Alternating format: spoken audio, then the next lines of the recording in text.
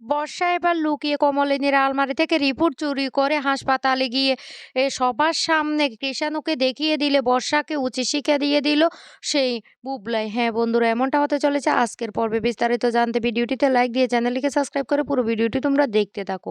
গল্পের শুরুতে আমরা দেখতে পারবো কমলিনী আর নতুন কথা বলতে থাকে, নতুন রকম বলতে লাগলো, বিশ্বাস করো কমলিনী, আমি না এখনো তোমার কাছের লোক হতে পারলাম না। তখন কমলিনী বলতে লাগলো, "তুমি এটা কি বলছো?" তখনই বলতে লাগলো, "আমারও তো একটা আশা আকাঙ্ক্ষা সবকিছু থাকে।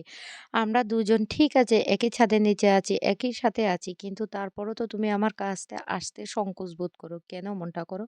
কমলিনী তখন বলতে লাগলো, "শুনো স্বতন্ত্র, আমি তোমাকে একটা কথা বলি। আমি কি তোমাকে মন থেকে ভালোবাসিনি? তুমি বলো, মন থেকে তোমাকে আমি কাছে টেনে নিইনি?" তখনই নতুন বলতে লাগলো, "শুনো, মনের কথাটা হলো আলাদা আর শরীরের কথাটা হলো আলাদা। আমরা শরীরটা নিয়ে চলাফেরা, হাঁটাচলা, শরীর নিয়ে সবকিছু করি। তাহলে শরীরেরও কিন্তু একটা চাহিদা থাকতে পারে। আর যেটা কোনোদিন পূরণ হয়নি।" কমলিনী তখন বলতে লাগলো, "তুমি কেন বুঝতে চাইছো না? ছেলেরা বড় হয়েছে, বিয়ে করছে। কাল বাদে পরশু মেয়ের বিয়ে। আমি তো চেষ্টা করেছি, কিন্তু আমি কি করব? তুমি বলো, আমি চেষ্টা করিনি?" তখনই নতুন বলতে লাগলো, "হ্যাঁ, আমি জানি তুমি আমাকে খুব ভালোবাসো। কিন্তু এখনো তোমার মনের মধ্যে সেই সংকোচবোধটা রয়ে গেল। আমি সেই তোমার পরিপূর্ণ স্বামী হতে পারলাম না। হ্যাঁ, আমি যদি তোমার ১ম হাসব্যান্ড হতাম তাহলে সবকিছু আমি পরিপূর্ণ হতাম। কিন্তু আজকে পারলাম না। আমি অবশ্য তোমাকে তা নিয়ে জোরও করব না। কারণ আমি জোর করে কোনো কিছু পেতে সেটা কিন্তু আমার রুচিতে বাধে। আমি চাই তুমি যেই দিন আমার কাছে নিজে থেকে আসবে সেই দিনই তুমি আমার হবে।" কমলিনী তখন বলতে লাগলো, "তুমি আমাকে ভুল বুঝছো। বিশ্বাস করো, আমি তোমাকে সত্যিটা বলছি। আমি অনেক চেষ্টা করেছি তোমার কাছে আসার, কিন্তু আমি পারছি না। আমি তোমাকে ভরসা করে ভালোবাসি, তাই আমি আজকে কথাটা তোমাকে বলছি। কারণ তুমি আমাকে সবথেকে বেশি ভালোবাসো।" নতুন তখন বলতে লাগলো, "হ্যাঁ, আমি তোমাকে সবথেকে বেশি ভালোবাসি। সেইজন্য এত বৎসর পর্যন্ত আমি আর কোনো মেয়ের দিকে ফিরেও তাকাইনি। আমি কে দেখেছি সেই দিন, যেই দিন ১ম, আর সেই দিন থেকে আমি কোনো মেয়ের দিকে আর তাকাইনি। এখনো পর্যন্ত কিন্তু তুমি বলতে পারবে না আমি কোনো মেয়ের দিকে তাকিয়েছি। আমি তোমাকেই ভালোবাসি। আর তুমি যেদিন আমার কাছে আসবে সেই দিন আমি ধরা দেব। আমি জোর করে কিছু পাওয়া সেটা আমি একদম পছন্দ করি না। আমার মনে হয় সেটা হলো কারোর উপর অধিকার ফলানো। আর সেই অধিকার ফলানোটা না আমার কাছে নোংরা লাগে। আর সেই কাজটা আমি কোনোদিন করতেও পারবো না।" কমলিনী তখন বলতে লাগলো, "তোমার হয়তো কোথাও ভুল হচ্ছে।" নতুন তখন বলতে লাগলো, "না, আমিও তো একটা মানুষ। আমারও তো একটা চাহিদা থাকতে পারে, সবকিছু থাকতে পারে। আমার এখন নিজের কাছে নিজেকেই ছোট মনে হচ্ছে। আমার মনে হচ্ছে আমার জন্য তুমি নিজেকে সংকোচ বোধ করো। তুমি নিজেই, আমি যদি তোমার কাছে না যাই তাহলে নিজেকে নিজে রিল্যাক্স ভাবো। বলো, এটা কি সত্যি?" আমি উত্তর পেয়ে গেছি, এটাই সত্যি। তাই আমি কোনোদিন জোর করে তোমার কাছে যাওয়ার চেষ্টাও করব না। তুমি তুমি তোমার মতো করে থাকো।" কমলিনী তখন বলতে লাগলো, "তোমার ভুল ধারণা এটা। তুমি এটা ভুল ভাবছো। একদিন না একদিন দেখবে আমি নিজ থেকে তোমার কাছে আসবো।" নতুন তখন বলতে লাগলো, "সেটা কবে? কবে? আমি আর কতদিন তোমার জন্য এভাবে ধৈর্য ধরবো?" আমারও না অনেক কিছু প্রশ্ন জাগে মনের মধ্যে। এদিকে মিঠি তখন সেই কৃষাণুকে বলতে লাগলো, "আমার না একটা পাস্ট আছে, সেটা আমি তোমাকে বলেছি।" কৃষাণু তখন বলতে লাগলো, "সেটা তো আমি জানি।" তখনই বলতে লাগলো, "আর সেটা নিয়ে তোমাকে নানানজন নানান কথা বলবে।" কৃষাণু তখন বলতে লাগলো, "হ্যাঁ, বললে বলবে। বললে আমি ওদেরকে বলব। হ্যাঁ, আমি সবকিছু জানি। আপনারা কোন অধিকারে আমাকে এই কথাটা বলতে এখানে এসেছেন বলুন তো? আমি তো সব জানি। আমি কারো কোনো কথা শুনব না।" তখন কৃষাণু বলতে লাগলো, "শোনো, তোমার আর আমার যদি সম্পর্কটা যদি ঠিক থাকে তাহলে আমাদের সম্পর্কের মাঝখানে কোনো ৩য় ব্যক্তি আসতে পারবে না।" "কি মিঠি, কোনো কথাই বলছো না কেন?" মিঠি তখন বলতে লাগলো, "কি বলবো আমি? এটাই সত্যি। তোমার আর আমার সম্পর্কটা যদি মজবুত হয় তাহলে আমাদের সম্পর্কের মাঝখানে তো কোনো ৩য় ব্যক্তি আসতে পারবে না।"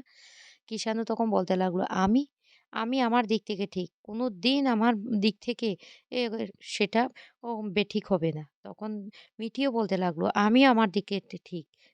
আমার দিক থেকেও কোনোদিন তার অন্যথা হবে না।" তখন কিষাণু বলতে লাগলো, তাহলে আমাদের মনে আর কোনো ভয় থাকলো না।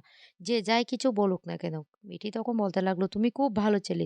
তোমার কোনো ফাস্ট নেই। তাই কেউ আমাকে কিছু বলতে আসবে না। এদিকে কমলিনী কান্না করতে থাকে আর বলতে লাগলো, "সত্যি আমি তোমাকে সুখী করতে পারলাম না। তুমি আমার জন্য সবকিছু করে গিয়েছো।" নতুন তখন বলতে লাগলো, "এসব কথা বাদ দাও। তুমি আবার ফটোগ্রাফিতে মন দাও। আমি চাই সমস্ত মানুষ নিজের পায়ে দাঁড়ানো দরকার। আর আমিও চাই তুমি নিজের পায়ে দাঁড়াও।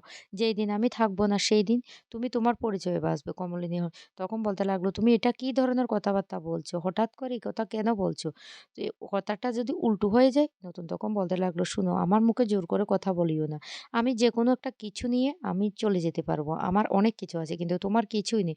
তুমি যদি সেই ফটোগ্রাফিতে মনটা দাও তাহলে তুমি সেটা নিয়ে বেঁচে থাকতে পারবে। আর তোমাকে আমি একটা কথা বলি, আমি কোনোদিন তোমার উপর জোর খাটাতে আসবো না। আর তুমি তুমি যেইদিন আমার কাছে নিজে থেকে আসবে সেই দিনই আমি তোমাকে গ্রহণ করব।" এদিকে মিঠি তখন বলতে লাগলো, "আমার ফার্স্ট আসে সেটা তুমি জানো। তাই আমি বলছি অনেকে অনেক কথা বলতে আসবে আমাকে নিয়ে।" কিষাণু তখন বলতে লাগলো, "আসলে আসুক। আমি কারো কথা শুনবো না।